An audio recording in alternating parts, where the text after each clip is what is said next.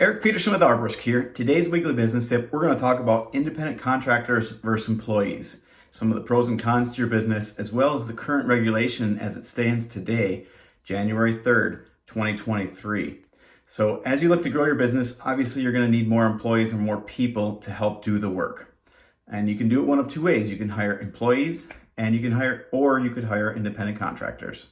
Now, there's a lot of tax implications, a lot of other responsibilities between the different types.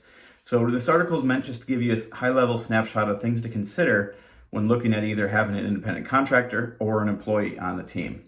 Now, to begin with, your state may have certain regular or more stringent requirements than what I'm going to talk about. And I'm going to talk about the Department of Labor's independent contractor status and how, from the Department of Labor at the federal level, what they look at to see if that employee is an independent contractor or vice versa, an independent contractor is an employee.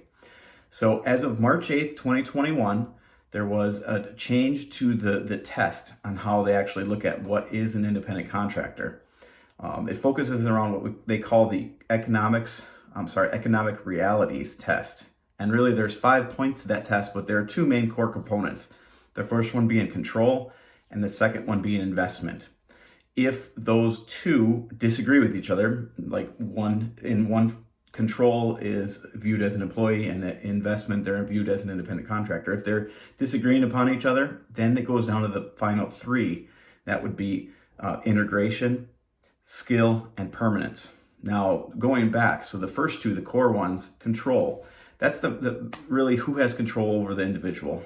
When do they show? Who controls when they show up, when they leave? Who controls the behavior while they're at the job site?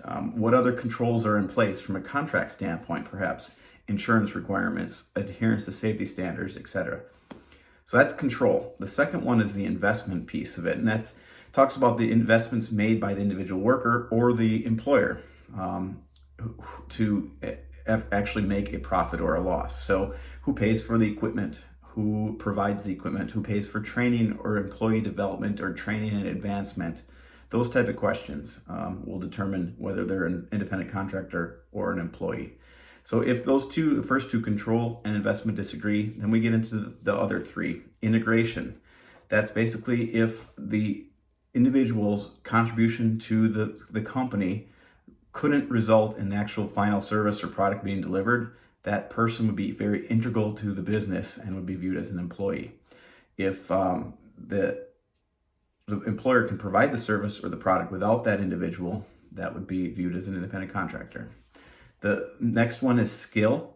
And this is basically when the employer may or may not possess the skill on their team currently, or may not have the ability to train or actually have that skill. So then you hire out for an independent contractor that has a special skill. The last one being permanence. Clearly, this is a stated intended length of time that this individual will be part of your organization. If it's an indefinite ongoing thing, that's going to lean more towards being an employee than as an independent contractor. So those are the 5 factors. Now, it's also very important to note that the current administration, the DOL, the Department of Labor, has proposed a new set of regulations that actually is a 6-point test.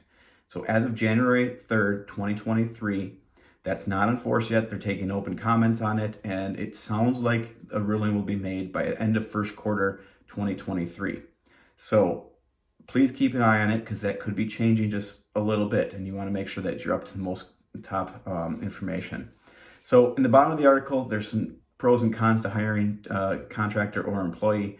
Take a look at that from our website, but if you have any questions about creating a hire and recruiting plan or a program for your business, our Thrive Hire and Recruiting Package is perfect for that.